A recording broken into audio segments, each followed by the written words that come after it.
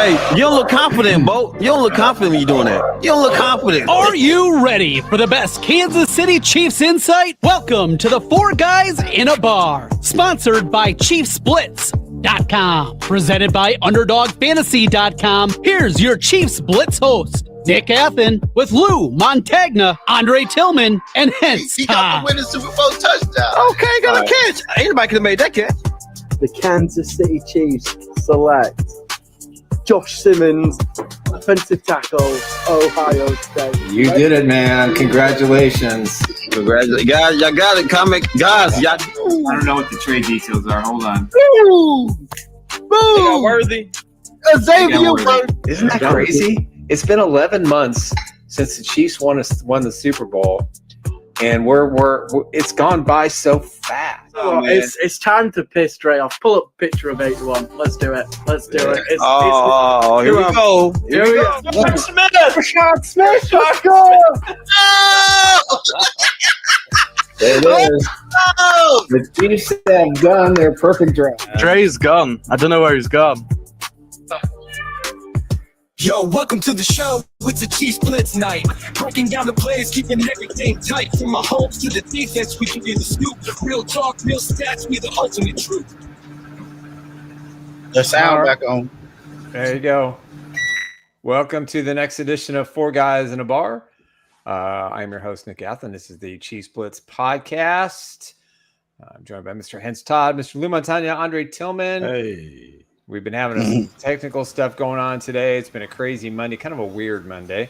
But we are here to dissect the Kansas City Chiefs 37 to, I'll say 13 win over the Baltimore Ravens. A lot of question marks. I watched almost all the national pundits today talk about this game. And I think we've got some conspiracy theorists out there. We got a lot of complaining. I've even heard people say in Baltimore that they need to fire their head coach. I kind of agree it might be a time for a change. 17 years or 18 years coaching one team is a long time. But that's it. So before we get started, Hans, let's roll with our sponsor, Underdog. We good? All right. Play now in Missouri. Play 5. Get up to $50 in bonus dollars by playing their high-low pick'em game. It's an awesome game. We know who the better quarterback was yesterday. It was Patrick Mahomes. You can win money by playing sports high or low pick'em game and get up to 1,000 times your dollars. Hey, this is a great way to join. It's pretty simple. Just hit the scan code there. Make sure you put in the promo code Chiefs Blitz. Play 5, deposit 5, get 50, and you get 50 extra bonus dollars. It's a great way. I did not play this past weekend. I gave myself a week off, but I'll be back at it next week. And next Friday, I will give you my picks for the Sunday games as the Chiefs prepare for the Jacksonville Jaguars a week from tonight. Also, if you're looking for a sports memorabilia, the Chiefs Blitz shop is open. It's chiefsblitz.com/shop. Got a lot of great stuff in there. This is a giveaway item here. $1,250, $200 discount. 5 Kansas City Chiefs Hall of Famers all signed this ball. It's a great gift. It comes with free shipping and, of course, the ball itself in a case. Also, if you're looking for the ultimate ride, the Derek Thomas Mercedes-Benz raffle is nearing an end. The winner will be chosen in a raffle on October 16th. So just hit the QR code. 100% of the benefits will go to the Derek Thomas, Neil Smith, Third and Long Foundation, and also the Duron Cherry Foundation. And it's a great way to give back to the people who do a lot of great work in the area, helping youth with school, books, reading, and a whole bunch of other things, scholarships to school. It's a great cause. Hey, Chiefs After Dark. We're here, ready to rock and roll. We're having some technical issues today. We apologize. Hey, come on now. I kind of like the late start, to be honest with you. I think it's a little bit better, but hey, maybe we'll get what the fans think here. Hey, Vito's in the house. Hey, buddy, what's up? Yes, it was a great game yesterday. See, we were late. Vito's ready to rock Vito's and roll, able to join the show. Vito's one of my dearest, oldest friends from way back in the day. And Vito was a key grip in Hollywood. And Vito, we need you to get off of Facebook right now. Jump on YouTube. He's already a subscriber. Share, all that good stuff. Yeah. Come on now. All I'm saying was it a clear cut win? Did the Chiefs win fair and square, or was Baltimore depleted? That's why I was waiting. We're I'm really getting my trying to thoughts get together. Vito fixed I'm up getting my here. We're thoughts trying to together. get Vito fixed up here, and you I'm just interrupt. saying, I'm trying to get my thoughts Dude. together. Yeah, you're Guys, just sore the because the Chiefs Bengals are going to win. get their ass handed to them tonight. They might. I don't know. I'm just saying. I'm trying to get my thoughts together. I said, did the Chiefs really win, or was the Baltimore Ravens? Did you wind him up before the show? We haven't even started yet. Hey, I'm just saying, man. Lamar Jackson. Hey. Did Lamar Wind him Jackson up. quit? Did Lamar Jackson quit? I think he quit. That's I don't that's know. a lot of people say. A lot of people saying he quit, but I don't we'll know. get we'll get deep. We'll get into all that. Thanks for previewing the show for us, coming out of Coach. that square. A lot of Yeah, words. a lot of this isn't Hollywood Squares, man. I'm just saying, man. Man, we want to thank everybody from resharing our tweets X posts from yesterday. We want to thank everybody for joining us, bearing with us, for coming in late. And we want to thank everybody for, sticking with the Chiefs, the real Chiefs fans, to actually weather the storm to get us back to 500 football. Because that's where we are at now. I know there's some Raven fans out there. I know you probably see that. Hence, why did you change your post to Urkel with a Chiefs backer hat doing this? Because there's a lot of Raven fans out there saying, BowTie, you a lie. Your team suck. You ain't suck. Y'all don't own y'all division. I just said, hey, wherever you say. But other than that, man, hey, we want to thank Kareem. Hey, Kareem is in the building. DS is in the building. Sam Paris made his way back into the building as well. So, hey, and we got our main man, Lou. Lou, what shirt you got on right there? I want to know what shirt you got on. What's that shirt you got on? You have a strange attraction to Urkel. I need to delve into that at some point, but no, if any Marvel fans out there, Iron Man, I love you 3000. Nice. If you know, Iron Man type thing. Nice. So are you a big fan of Iron Man? Because you look just like Buddy. Tony Stark. He said you look like Tony Stark. You don't look like Tony Stark, man. What you mean? He like an older version of Tony. You know what I'm saying? Actually, we're about the same. Actually, we're about the same age. But, there you go. Yeah, we're good. Nice. I don't color my hair or anything like that. So Kareem, watch yourself, Kareem. It does look a little different. Messi Marv got himself together in the second half of that Seahawks game. So I want to hear it. Bo, back to you. But yeah, we're gonna get a lot of dive deep down into this, man. The Chiefs are back. Do they look back? A lot of Ravens saying that we just some angry Chiefs fans and they was just bloated. No, we don't care about none of that. There was some angry. I think I sent the post earlier of the guy who posted the comment about Nick Wright, and Nick saying all these things about who the Ravens are and what they are. And this guy, he runs Ravens Flock, which is a huge Ravens social media presence, and he said everything that man said was right. So because Nick is right.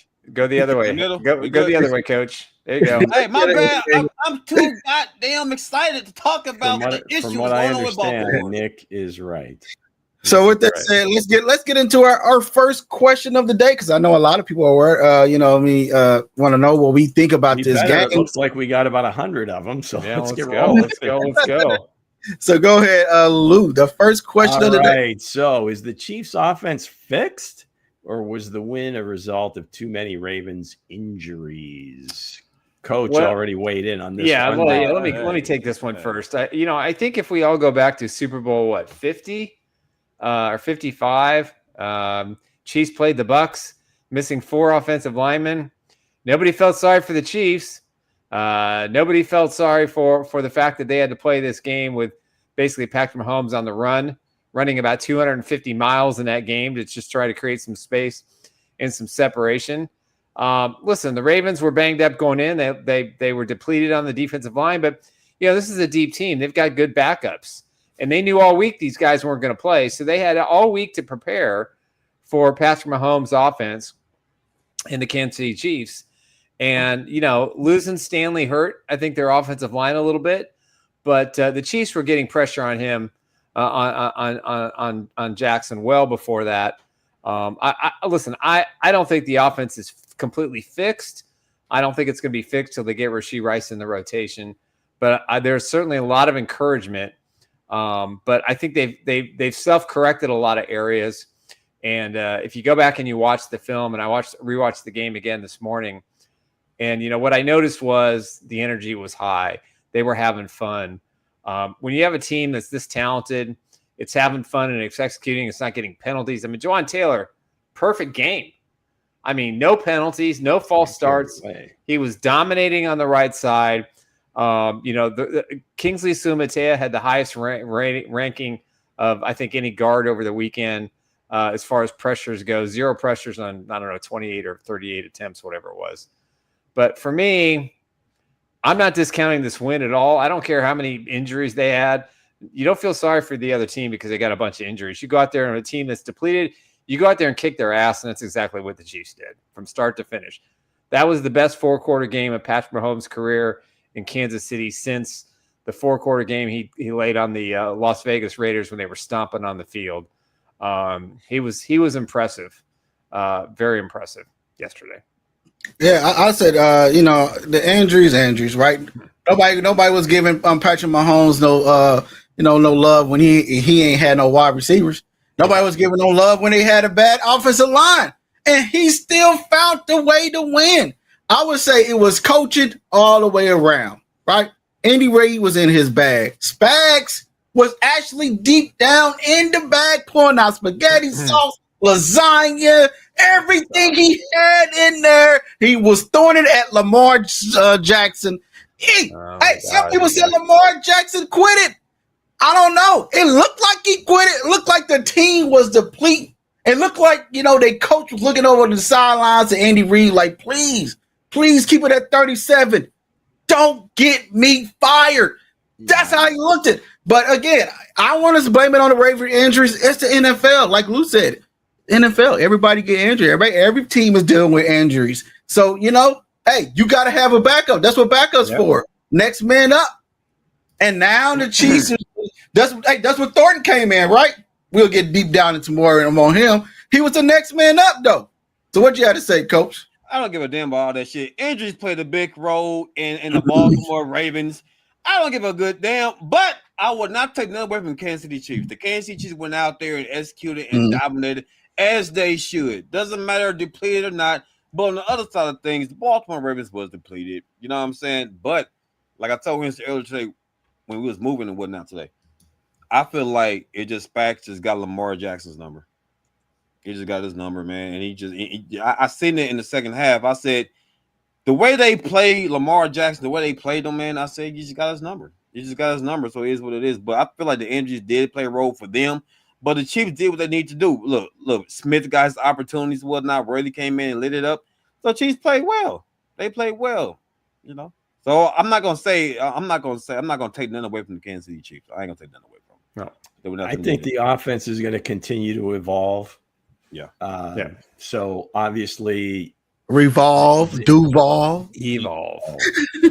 So, right. We'll get into that later. We were on that. We were on that in Factor Cap on Friday. Then it spilled out into the field afterwards on Sunday. It did. We were there, but no, I think the offense is going to continue to evolve. Obviously, you put X on the field, you put a deep threat on the field, and that just changes everything. It did. Patrick was, in terms of what Nick was saying, as far as a complete game, I think Patrick was probably the most comfortable I've seen him in probably 2 years.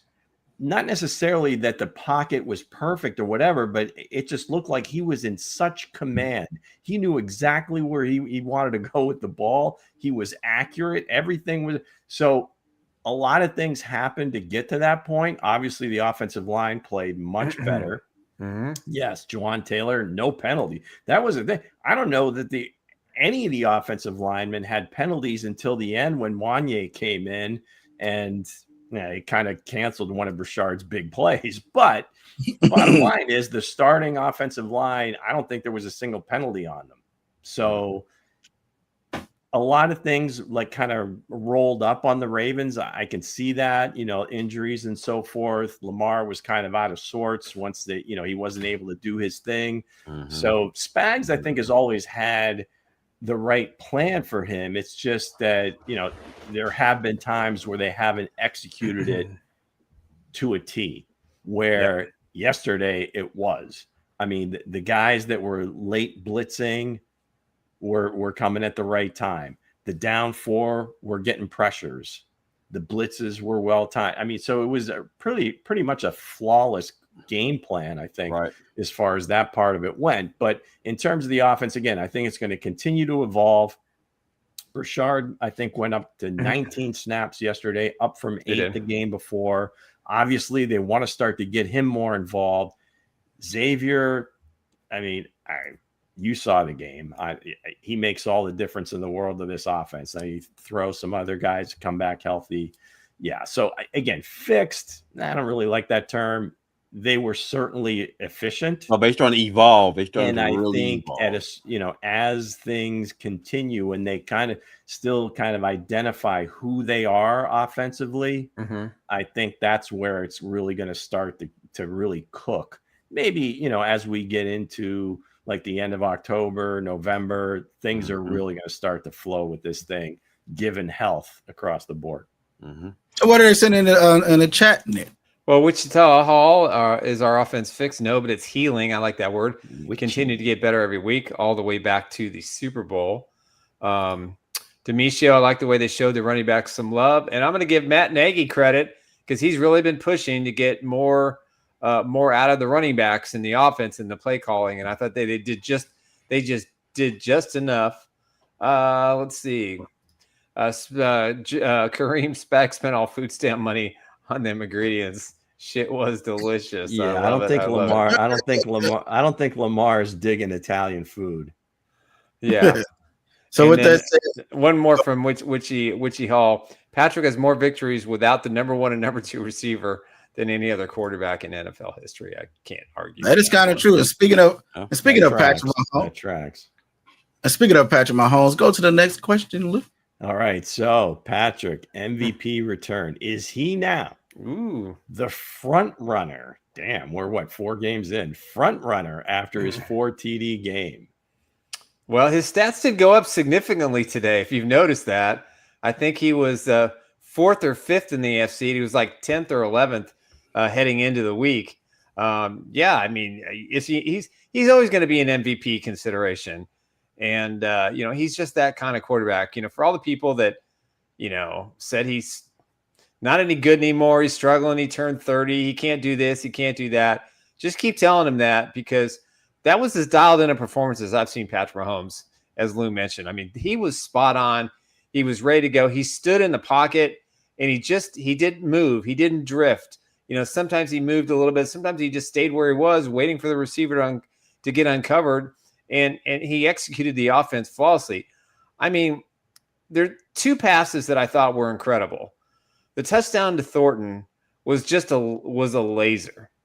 And what I thought was impressive about that is not only has Thornton elevated his game to be now a reliable guy, and when Rice comes back, I mean, that's a terrific trio. And then you throw Hollywood in and Juju Smith-Schuster. The Juju pass is great. But that last one to Hollywood Brown, I mean, it's 4th and 2. You're up. You got 30 points on the board already. He had one option on that play, and that was to Hollywood Brown. He was running out of sidelines. Juju was covered. Kareem Hunt was covered underneath. There was nowhere for him to go to get a first down unless he perfectly hit Hollywood Brown, and that was the only option. So I think when Patrick is this dialed in, he's almost unbeatable. And you add the defense. But to me, is he the front runner? No, I don't think he's the front runner yet. I still think he's got, a ways to go here. I think the offensive line needs to continue to grow. Again, they need to get Rice involved in the offense here in a couple of weeks. But he's in the conversation. He's probably one of 5 quarterbacks that have an opportunity to win the NFL MVP. If I'm the Chiefs, man, is Patrick Mahomes a front runner? I think he's a front runner. He did it with a homer. He did it with nothing, right? Thornton was a practice squad guy. He turned this guy into an all-star, right? Then you look at the offensive line, man. Hey, where they played yesterday, even though they had more offensive linemen than defensive linemen out there, whoever came up with that game plan, run it all year, right? Nobody touches Patrick Mahomes, right? I don't care if it takes 7 offensive linemen. I don't care if it takes 8 offensive linemen. You put them out there and you put the best man out there. Hey, he's eligible. What they do, he's eligible. Eligible receiver. but you still go out there and block. And that's what I see yesterday. When they got down the goal line, I seen a more offensive line. I seen more out there. I seen another guy out there that was out there blocking. And that pass that you talked about to Hollywood Brown, I didn't even see how fast it moved out of his hand so fast. I said, did he do it? I thought he threw it to Kareem, but it was already in the end zone for a touchdown. Patrick Mahomes was on top of his game. I feel like the kid should be the front runner. I know Josh Allen having a heck of a year. I know Lamar Jackson was having a heck of a year, and Terry ran into Spags. That's every quarterback that runs into Spags they have. They look like Superman until Spags come and smack him up with some spaghetti sauce, and he gets them out of the ground and they ain't done no more. And hey, the front runner got to be Patrick Mahomes. It can't be nobody else. Who is it? Lamar? Is it Lamar? Is it Josh Allen? Well, I think Lamar's out of the conversation at this point. It's got to be Patrick Mahomes. I'm gonna say honestly, guys, pump y'all brakes. Pump the brakes, bro. It's just a good game he played, man. He's been playing okay. If you look at Josh Allen been playing good ball. Dak Prescott been playing great ball. Hell, Yeah, Jalen Hurts Prescott's balling. Yeah, Prescott is, and then Jalen Hurts, like they still undefeated. So we're gonna settle down because it was a great game for Patrick Mahomes, and if he continue to play like this, to be this diamond, then yeah, he can go ahead and take the lead to be MVP. But right now, just pump the brakes. Right now, it's one of his best games of the season. Just pump it a little bit. He'll be all right. We'll see though. Next game, we'll see against Duval. Yeah, it's a little early to be talking MVP. I hear what you're saying as far as kind of a front runner. Yeah, and like Nick said, I mean, his name's always going to come up in the conversation, right? And he could legitimately be MVP every single year. I don't care what the statistics say, or somebody throws for a bunch more touchdowns, fewer interceptions, whatever. He gets his team farther than anybody else. The team is reliant on him more than just about any other team, or at least that's the way it seemed the last couple of years. So, yeah, I mean, again, you get to like Thanksgiving. I think that's when things start to crystallize a little bit and see who's who and what's what. But, yeah, I mean, he's certainly, front runner. Yeah, let's throw like 4 names out there. He's definitely one of those 4 names. Yeah. Hey, Indiana Jones, look, I forgot about Indiana Jones. Right on, Spence. Forgot about Indiana Jones. And speaking of Indiana Jones, ADD Mitchell, loose guy. I don't know. We would talk about that after we get through with all the questions, because I know you want to talk about us. What an amazing! It was an amazing play. And then he gets to the goal line. I don't know if he's trying to just shift the ball or whatever. And he just, lost him a win. The ball slipped. I said, "Damn, that was a great play." And then he got called for a hold, and JT goes for a touchdown. But hey, he owned up to it. He addressed the team today and just let him know, hey, he's taking full ownership of it. And yeah. And speaking of a guy, let's talk about Xavier Worthy and Thornton. Go ahead, Luke. All right, so bigger breakout, X, return, or Taekwon, rising production. Ooh, look at that. Look at those big words. I love it. He's been in the dictionary. He's been looking in the dictionary. I don't know. I think the combination of the two, what I thought was interesting was there was a lot of focus on Worthy, obviously, and he injected life in this offense, running and catching the ball. He led the team in both rushing and pass catching. But what I thought was interesting about Taekwon Thornton is that in a lot of the plays in which they both were on the field at the same time, he was the decoy. He was the guy, along with Brashard Smith, that was trying to be in motion and take part of the field away so Worthy could have, his day. And then in that third quarter, when Mahomes threw that absolute bullet, and that was not an easy catch and an easy position for him to make that play. He gets his 3rd touchdown in 3 games. And you have to be excited about the opportunity, the possibility of these two guys doing just that. Worthy can be the decoy and Thornton can be the guy and vice versa. And I'll say this, when Rashee Rice returns, the one thing that we're not seeing in this offense is we're not seeing that crossing pattern where, Rashee lines up in the slot, runs across the middle of the field. When they add that element to this offense, not many teams are going to have success stopping them. Like when Travis knocked the hell out of Xavier. Yeah, exactly. Well, Rashee is a master. I think that's his best route. because he doesn't have to be the speed guy because he's got these two guys. I just think when he comes back and he gets familiar again, give him 3 or 4 games. Mm-hmm. You know, we get into the month of, you know, November. You know, we get to the Bills and the Broncos games. You know, then we'll be able to see what he's got. I think he'll be more productive in this offense. But if they can all stay healthy, it's impressive. But to me, the bigger breakout of this game was Xavier Worthy. Yeah, I had to agree with Nick. I like the rise of of Thornton, man. He's coming looking like a lot of people say number 2, number 3. He's looking like a number 1, man. Like that, Ocho Cinco and them said it last night. Shannon Sharp said it last night. This guy is rising. He's a true guy that's saying, "Hey, I'm gonna take my guy. I'm gonna take one egg and I'm gonna feed everybody." That's what Shannon Sharp said. I don't know what it means, but it was funny. But it's some old school slang, man.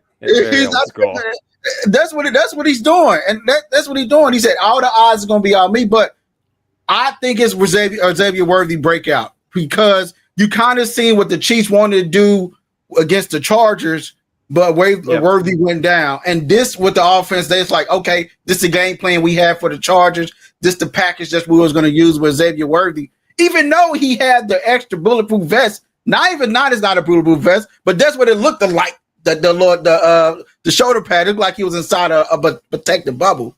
You know what I mean? But other than that, man, it had to be a Xavier Worthy, man. The breakout performance that he had and looked like Spags, not Spags, but Andy Reid and them had a perfect game plan for him this season, and that's what you seen yesterday. The shakes on the route. He shook one guy. I don't know what guy it was. The guy went to the other side, fell on the ground, and Xavier Worthy caught the ball and ran out of bounds. I said, Jesus.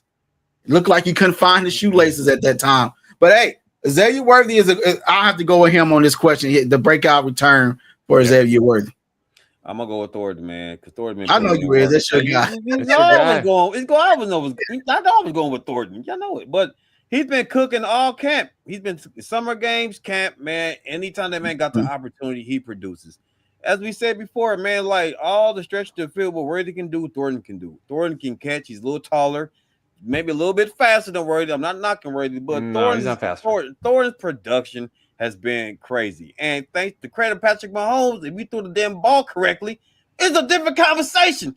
He could be leading the league in receiving yards. But what I'm saying is this: I think the rise of Thornton to me is his biggest story right now. You know what I'm saying? We know what Worthy is, but we didn't know, Lou, what Thornton was, and now we're starting to know. Hands is great. Every time the ball goes in his hands, it's money, baby. Hey, his hands are money. His hands are money. That's been the most pleasant surprise so far this year. Now, it's not like they're throwing to him a ton. I think that was the ball he got thrown his way yesterday. But he made it count. He caught it and it was a touchdown. So you can't really complain about that. Patrick hit, I think, 9 different receivers. So it wasn't like a bunch of people were getting a ton of targets. It was really spread out. Xavier, bigger breakout. Xavier broke out last year. I think it was just a matter of him coming back and getting reacclimated. Now, I don't know if he was told this before the game or it was just himself just understanding the assignment here. But I don't know if you noticed, but whenever he got near the sideline, he immediately went out of bounds. If it looked like he was going to get blown up, he immediately went to the ground, which I'm good with, quite frankly. And so it was kind of like self-preservation, but he still made plays. He made plays on every time he touched the ball. So they're two opposite ends of the stick because, Xavier, he comes back. You're expecting him to do what he does, right? He has announced himself last year. He introduced himself to the league and like, okay, I'm here to do this. Whereas Thornton, he's just trying to make a name for himself. And he's worked his way into a position that he can get significant snaps even when Rasheed comes back. Now, again, they're going to be limited. So you're not going to see him go nuts.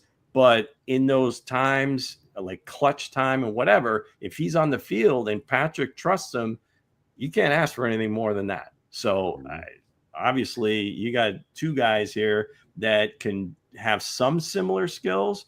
Taekwon's a little bit bigger now, so he can do some other things, but I don't know that you can really separate the two. They're just like two completely different things. Yeah. And to keep the conversation on Thornton, is he under a 1-year contract, or how many years he got left on his? He signed it's basically a 3-year deal if you sign him to, as an undrafted contract. I'll look it up, but I think he's got 2 years more, maybe 2 or 3 years more of control. Maybe 2 years, because he was drafted 2 years ago. So I'll check on that. And I want to point out the other thing about Worthy too, because I thought he was hilarious in the post game comments. Because I'm not going to lie, guys, I'm out of shape. I was cramping bad. And then when he talked about going after, Roquan Smith was in front of me, he goes, I don't want to be hit by that. So, I think Lou makes a great point. I mean, yeah, he's not going to take any chances. And he got his bell rung pretty good on that first reception where he got the face mask and thrown to the ground. So he said, that's all I needed to be 100% confident out there. But, do what you got to do. Keep yourself healthy. What's an extra 2 or 3 yards in a situation where you've already gained 20 or 30? Just get your butt down or go out of bounds. I got no problem with that whatsoever. And speaking of that, let's switch over to some Baltimore questions, Luke. Wow. Equal time here. Fair and balanced. Who are we? How much does the Ravens 1-3 start matter if Lamar Jackson's hamstring injury is serious? They won't make the playoffs. Oh, if he's out, if he misses, I mean, they've got one game, then a bye week. So let's just say he's out the next 2 weeks. And I can't remember who they played this weekend, but I don't think it's a very difficult team. If he's out for 2 weeks with the bye week and able to go back in 3 weeks and be near 100%, then obviously they're going to play him. I don't know. I didn't see the injury. I didn't see where he possibly could have gotten hurt. At one point, he was sitting on the bench and he didn't even have a wrap on him. And then, of course, they came out a few minutes later and said that he did. Jackson's got a whole lot of other problems, and I think what John Harbaugh did by basically benching his star running back in the second half, he's done it every time he's played the Chiefs. He wants Jackson to be compared to Mahomes. He's got to quit trying to prove a point that you can't prove. They're not comparable. They're not the same style of quarterback. They don't have the same effectiveness. They don't have, the Chiefs have the superior quarterback every single time these two teams have played. And it hadn't been for the Clyde Edwards-Helaire fumble, Patrick would have a perfect record against, the Ravens and Lamar Jackson. So his hamstring injury, if it's legit and it's, He said if it's legit. Well, we don't know. I mean, seriously, he didn't hobble going to the sidelines. And he hobbled a little bit after the game, going out there, and then he didn't hobble anymore. So I don't know what the hell is going on. I'm not a conspiracy theorist guy when it comes to NFL injuries. And John Harbaugh talked about today, so we don't know yet. I mean, yeah, they know. Of course they know. He's probably not going to play this week.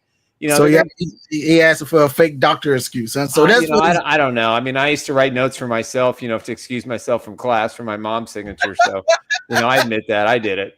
But I think if he's out for any significant time, the noose is going to get tighter and tighter, and they may miss the playoffs, and maybe that's the best thing. I think Harbaugh is going to be the casualty here, and I think Henry will be a free agent after this year too. Plus, they're going to have a lot of cap issues next year. So this was the year that they put all their chips in. I signed DeAndre Hopkins to a $7 or $8 million contract. So they went all in, and so far they look all out. DS said he pulled an Anthony Richardson. He tapped himself out the game. But hey, if Lamar's done, if his injury is more than because they got the Texans, they got a little tough schedule coming up. I think they and then plus not just Lamar, the defense is not playing well. Their defense is missing guys. Yeah, they announced Matt Abuike is now out for the year. Yeah, there's some talking what about Wiggins?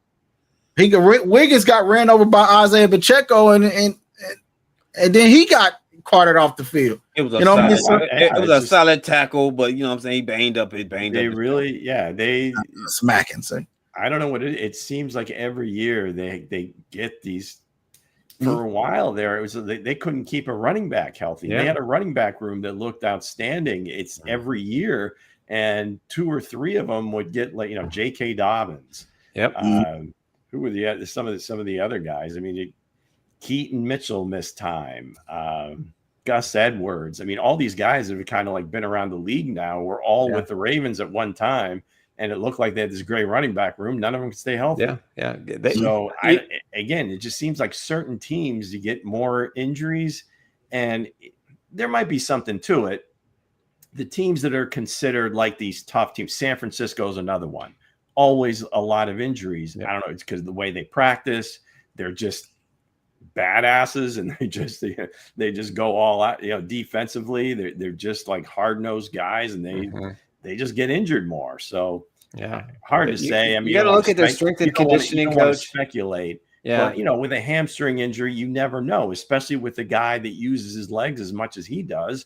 That's a big deal. Now, is it like Dak last year where it's like ripped off the bone? I think we would have known that. Yeah, he would not have been able to walk. But if it's a strain and he can't be himself and he misses time, Cooper Rush has played in many NFL games. He did well with the Cowboys or whatever. But when you have Lamar, that offense is all geared towards him, right? Right. It's hard you have a backup that is nothing like it's Lamar. too much on him. And it's almost like you have to have a totally separate offense.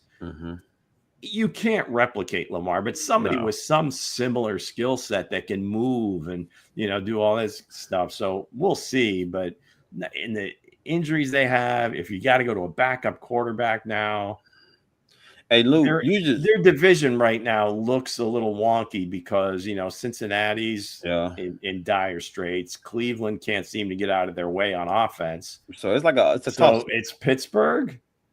Pittsburgh still, we don't know what Pittsburgh is right now, but no, the injuries is going to affect, the Baltimore season. It is going to affect them because, like I said, like you stated, everything is surrounded by Lamar Jackson. The offense is Lamar Jackson's offense. It's predicated around him.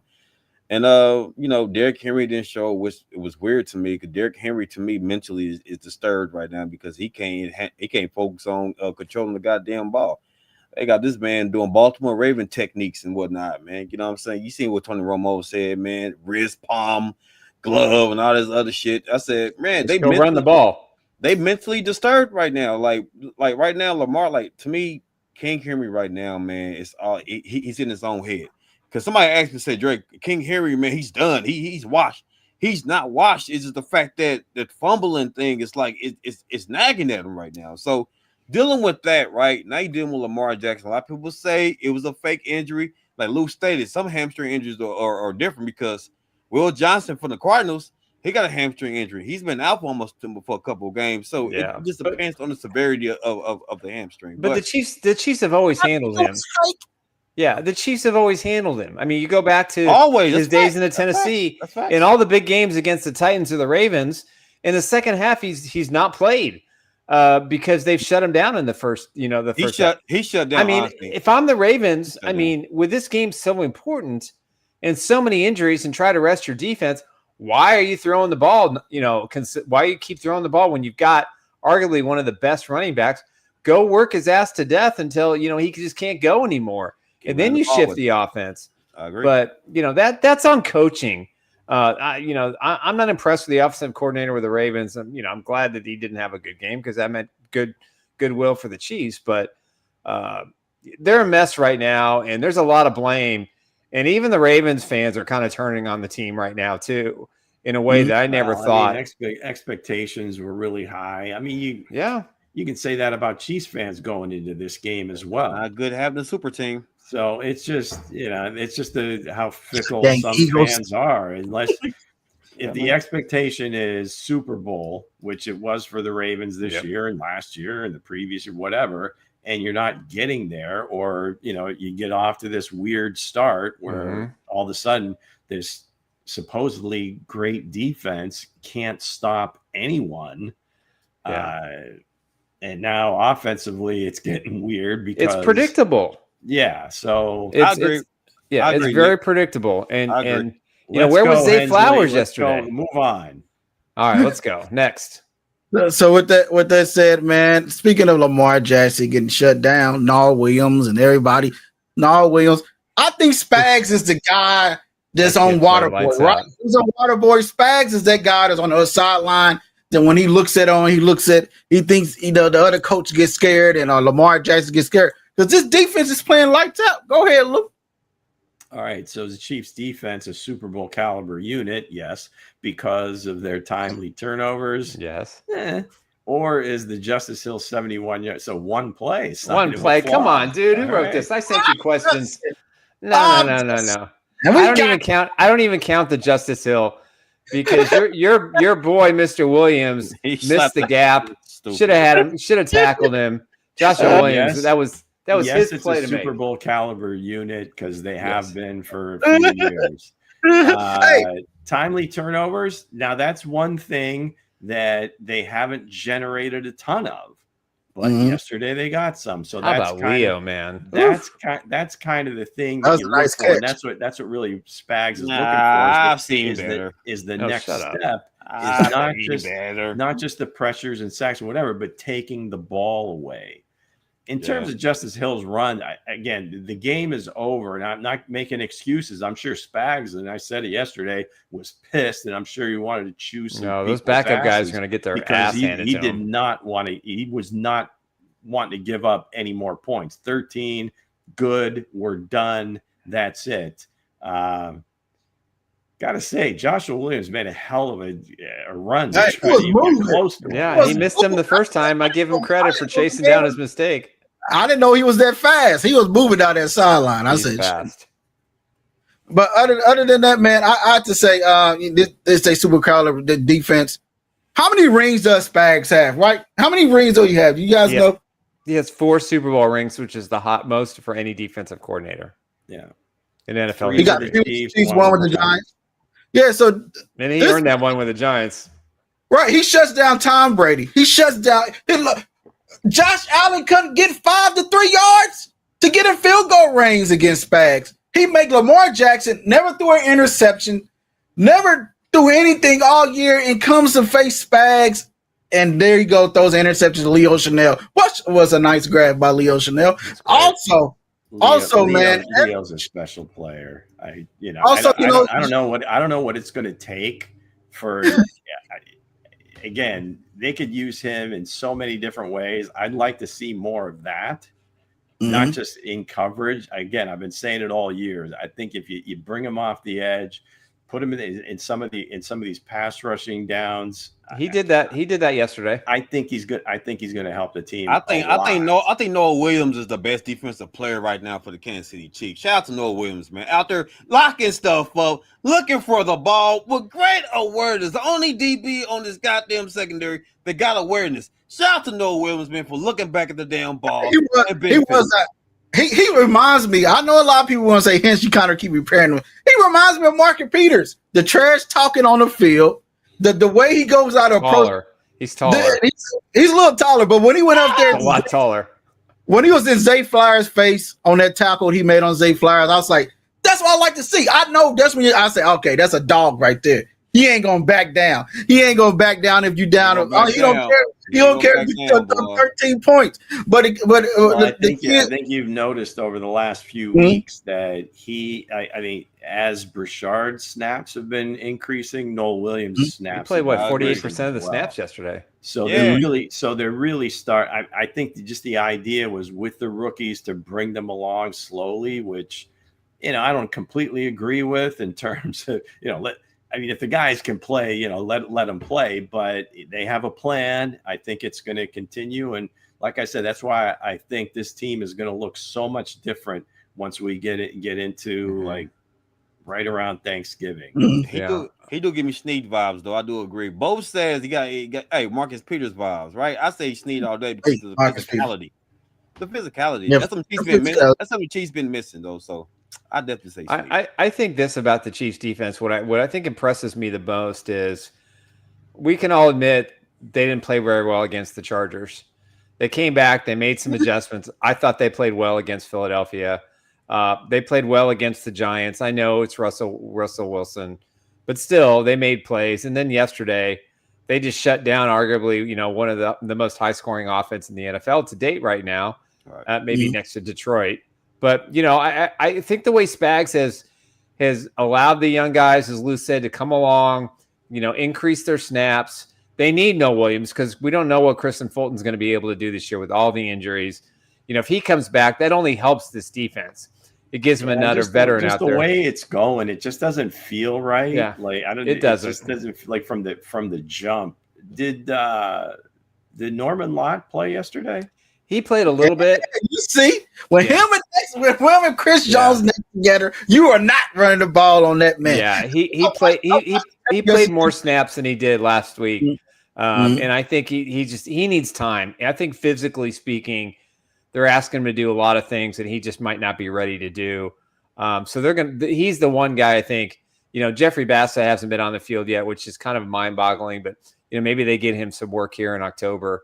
Hopefully they get him more involved because he's been active every game. Yeah. I think I think it's just difficult to put him out there. I mean, if you've got, Leo and Nick and Drew playing at a high level, they're not going to want to come off the field. Nick was great yesterday. Unless they're playing nickel and they just take a linebacker off the field. They only play with 2 linebackers. But it's going to be hard for him to really work in. I think he's just, he's one of Tobe's guys. So that's why he's active every week. Right. While we still on defense, also, our condolences to Chris Jones' auntie, because he came in there. He played in emotions. You can see that. And also, he played a good game as well. He arrived at 3:00 in his suit and was out there for the first defensive snap. I mean, it's just I don't think we can underscore. Some guys are just money players. They're built differently. We think he's aged and we think he's on the downside and he has to go through this family tragedy and he gets a private plane to go to Mississippi to fly back, a police escort to Arrowhead, arrives at 3:00, somehow gets ready to be on the field by 3:30 after the national anthem, and goes out there and makes a play on the first series. So, I think Chris is clearly the emotional leader for that defense, and he clearly is a guy that this means a lot to him still. And when you get a guy that's that high paid and that successful, and like Lou said, rises to the occasion, that stop he made on 3rd and 1 or 4th and 1, where he just hit Henry 2 yards behind the line of scrimmage. That's just those are things that you look at and say, now you can see why the defense I think had an extra step in them yesterday. I think they fed off Chris Jones. He's always been their emotional leader. And for him to have to go through all that, and clearly this was someone who was very close to him, growing up, and it's a sad loss for his family. But I thought the way he handled stuff, and I thought after the post game when he didn't talk a lot about it, but I thought one thing that was really key that he said was somebody asked him about the Leo Chanel interception, and he goes, "Man, we asked that boy to do a lot of different things on this defense." And, for him to recognize that, also tells you what kind of person and what kind of player he is. And, he can see special. He can see guys that are working their tail off. And this defense right now is farther along than I thought they'd be after week 4. Right. Yeah. So with that said, let's get into the Buckner question of the day, because a lot of fans are questioning it. Here we go again. I never thought we'd be that show that would talk about the kicker. Yeah. Let's talk about the boot match. We're spoiled. You're spoiled, man. All right. You're spoiled. Does 007, does Harrison Butker's continued inconsistency still cloud the Chiefs' dominant win? It's a 54-yard field goal, 57 yards, 58. As Andy Reid said, we're all spoiled because he normally knocks these down. He's having little struggles over 50 yards, and that's okay. It happens, and he'll figure it out. And whether it's the hold or the way his body, leans, or the way he uses his plant foot and how he aims, Yeah, these are all correctable things. And in money time, I still put that Buckner's going to be fine. They're not bringing in another kicker. They're not going to get rid of him next year. He's their kicker for the long term. He's one of the leaders of this football team. Guaranteed money next year. He's got a lot of guaranteed money next year. So I think the entire thing is guaranteed. You know, he's going to be just fine. He didn't I'm not forget worried. how to kick I wasn't off. worried about the offensive line, you know, in training camp and in OTAs and mini camps, and I'm not worried about Butker. The thing that makes it look worse is that you watch around the league and you watch these games, and unless the field goal gets blocked, which what's going on? Another block party this weekend. There's been a special teams here, man. But I'm telling you, it's like these guys from like 50 yards is like a layup. I mean, it's just it's what they're doing in college. That's why it's uncanny. Yeah. So, and I think it still has. I mean, some guys kind of made a big deal of it, and it sounds like it is. It's just the fact the kicking balls are not brand new when you get to the game. Yeah. Evidently, they gave each team, I don't know, like 100 of these kicking balls at the beginning of the season. K-balls, and those equipment managers are going to work on them, you know, scuffing them up, getting them ready, whatever. So I don't know if that has anything to do with it. I'm sure the leg strength of these guys is a hell of a lot more. And they're just coming into the league ready to just drill everything that comes their way. But yeah, just amazing how many have gotten blocked in the last couple of weeks. That block in the Raiders game, you don't see guys coming around the edge like that. And you got to time it perfectly because that's a long way to go. Yeah, that's either offsides or that's a perfect execution. But I'm like the other Chiefs fans. I'm like the other Chiefs fans, man. If we don't get this correct and we come to like a close game and he missed a field goal, then everybody gonna say everybody gonna have their pitchforks. They're gonna say 007. They're not gonna say it. 007. We got you. There's people saying it now. Get them down. Well, I think the kid would be. I think when it's all said and done, like I said, Jawan Taylor. Jawan Taylor, you know what I mean? Like get the false penalties, you know, set to the side. Congrats go to Jawan today. His wife, he proposed to his girlfriend, and she said yes. You know, congratulations to him. You know, he had a good game. Penalties lined up. He was perfect. Maybe because he was proposing. That's why he was perfect. No, because he played on a grass field and was less stress on his knee. That's exactly what it was. He was laser focused. Yeah, he was focused how he was going to drop down and propose. Right? Yeah. There you go. But yeah, Butker, I think he'll be fine. I think he'll be just fine. Don't add fuel to the fire. Just say he's going to be fine. Hey, it wasn't 15 minutes late to the proposal. It's a question what's on the Chiefs Blitz, and I wanted to get it out here to those on our. Yeah, well, I mean, it's out there. It's out there. I mean, he did miss another kick. I think Coach was talking today, and maybe Butker brought it up to him, where maybe he feels like he's over kicking on the long ones, or he's afraid. And when he does that, sometimes he hits the ground first, and there's all sorts of different things. I mean, it just looks so simple when they do it, or you see, just about everybody drilling them from so far. That my God, this must be easy. Well, it's not, right? Yeah. So there's only 32 of them in the NFL, and a lot of them get cut from week to week. Yeah. So you gotta be ready to rock and roll, man. All right. With that said, let's get into the AFC, and that'll be our last question of the day. AFC West battle. Which team is the Chiefs' biggest threat now? Is it the Chargers, 3-1, or the Broncos, 1-2? Well, I think I think I said on the show last week that the Giants would upset the Chargers on Friday. I was correct. I also said I don't think the Chargers are that good. So you were the one that got Joe Alt hurt. I'm not saying that. Malik Neighbors blows out his ACL. That was come on, Nick. No. I got nothing against Neighbors, the Giants. I thought the Giants would win. I didn't think the Chargers. I think the way that the offensive line. Then when Alt goes out, and he's going to be out. Probably 4 to 6 weeks would be my guess. They lost later. They lost. And they lost. Yeah. They talk about an offensive line that's just kind of like patchwork. And they missed out on getting Cam Robinson today from the Texans who traded him to the Browns. I think the Chargers are in trouble. I think that they just don't have the ability to protect Justin Herbert.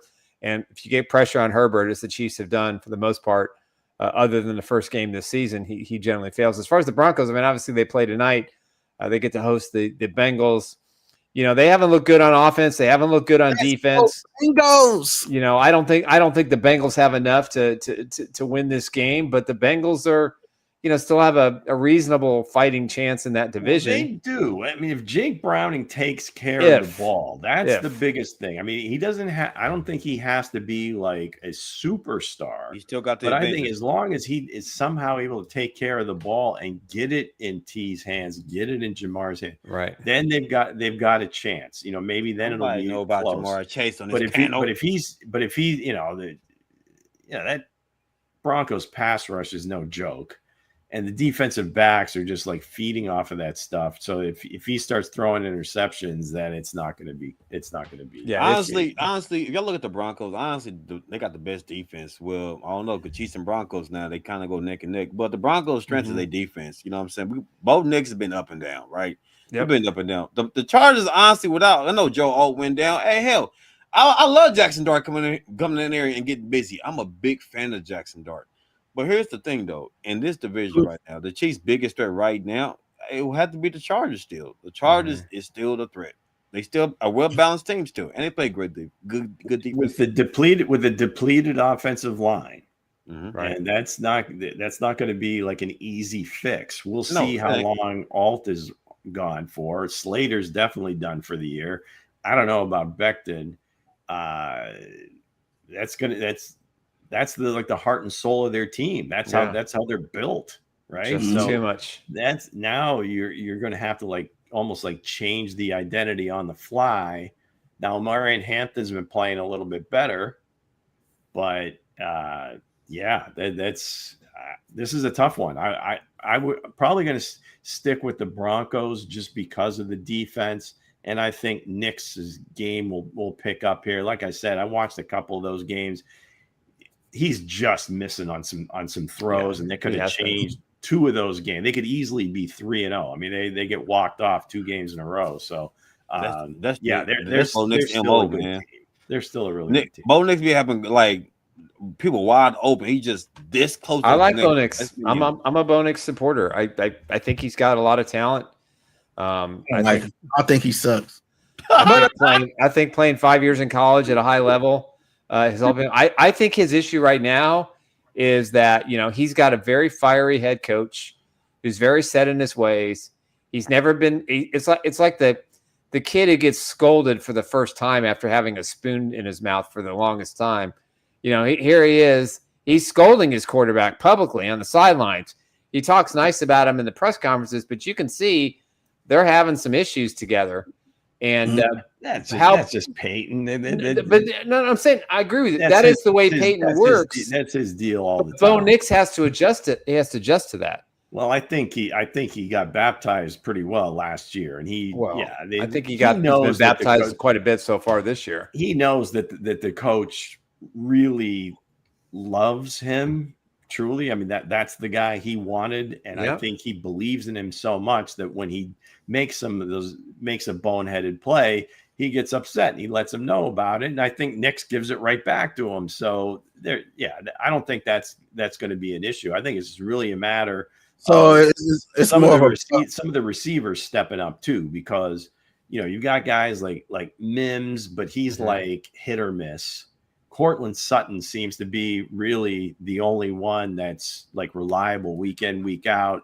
Ingram's been hurt. Right. They brought him in to kind of be like that 80 ball catch, tight end. So I think they'll get it figured out.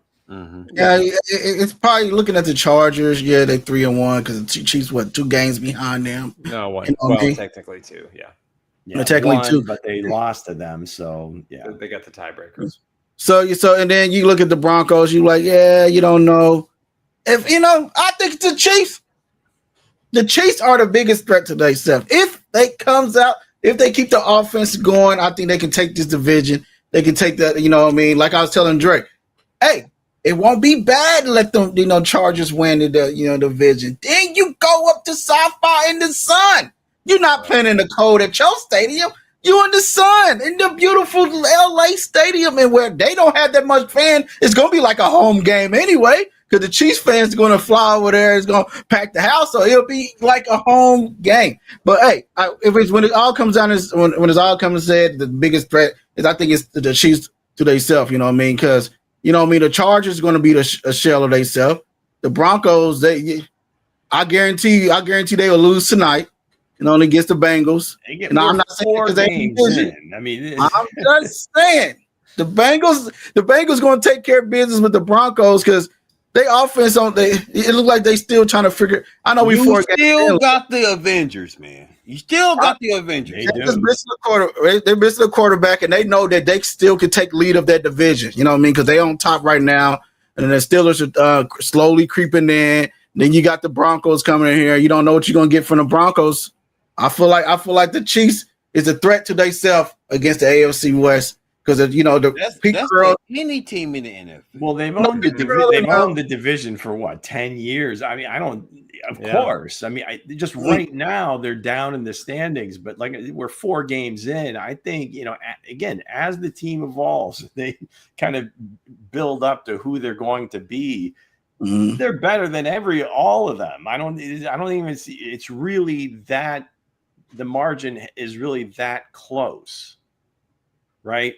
When the Chiefs, if their offense keeps evolving, the defense keeps kind of like doing their thing, and they keep evolving too, because that's kind of where it's like some of the younger guys, Noel Williams coming on, parking lot coming on. Okay, let's see how this goes. It's really not that big of a leap to say that the Chiefs still win the division, and it may be by 2 or 3 games. Could be. So you can't read too much into the first 4 games, I don't think. No. Yeah, I agree. So with that said, we done our show today. Thank you guys for tuning in. Thank John and Kareem and all you guys. But hey, I seen something off the field that happened on Chiefs who? Was it not Chiefs who, but Factor Cat. So let's talk about that loop from Liam Cohen. He goes by Salah. Who knows what he says? Didn't shake his hand. Gets about 10 feet past him when he's like in a little bit of a scrum. Then he starts yelling back at him. Hey, Liam Cohen's not a small guy, but Salah, I think, could probably get a few licks in. But I don't think Salah was like being a jerk or anything. He was, I think, just trying to get under his skin. And I'm sure he knows job of it. He knows Liam. Maybe he's a little sensitive and he can get under his skin. And he made some comment, but anyway, after the game, it wasn't like back in the day, Jim Harbaugh and Schwartz, when Schwartz was the coach at Detroit and Harbaugh was coach in San Francisco, where it almost came to blows. No, go after it. I want to see these head coaches and these assistant coaches go after one another. I think it's great. But no, so it's all said. I mean, players can't do it. Let the coaches do it. Opposite conferences. They play each other like once every 4 years, whatever it is. So yeah, I think Robert Sledden was mad that he didn't get the Jaguars job. That's all I'm saying. Yeah, I don't think he was up for that one. He wasn't. He won't be a head coach for a long time. I think they were on Cohen. He had agreed to extend his deal with Tampa as the offensive coordinator, and hadn't put pen to paper yet.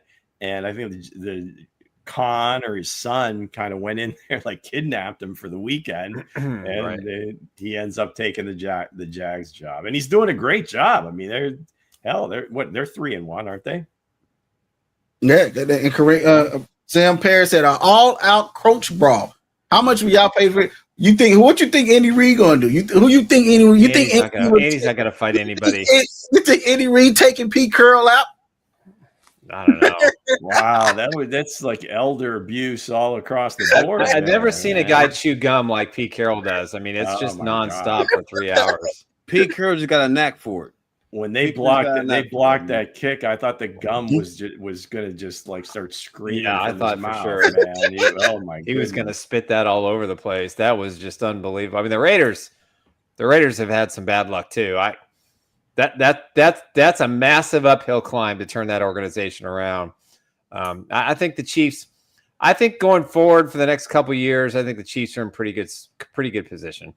So yeah, Patrick Mahomes said he won't play till he's 45. That's what he said. he's not going to play till he's 45. There's keep trying. absolutely no way. That's what he said, man. It won't be in a Chiefs uniform. I can tell you that. So with that said, man, hey, we want to thank everybody for joining in. And we got Chiefs Who on Wednesday. Thank you guys for joining in. And hey, DS was number 1 in the chat today. So hey, he is the winner. So of today. So you'll have to give me the monthly totals for September. All right. Okay. For the winners. Still September. The top 2. I got to get to the post office. I This promise I'll do this this week. is the last show for September, right? So that was it. So give me your totals. Send me an email. All right. Wednesday's the 1st. That's right. October 1st this year. Damn. Finally here. Christmas, Thanksgiving, and Christmas. I mean, New I Year's. can't wait. This is my holiday. Autumn. You know, Then it's going to be scary freaking movies. cold again. I hate to be that guy, but like I think we have to change up the intro when Nick was saying about the Chiefs won the Super Bowl 11 months ago. It hasn't aged well. Yeah, well, it's what it is. All right, guys. Got we'll us see you again, all on man. Wednesday, normal Damn it. time. We appreciate everybody. Show up on time Wednesday, Kareem. Peace out.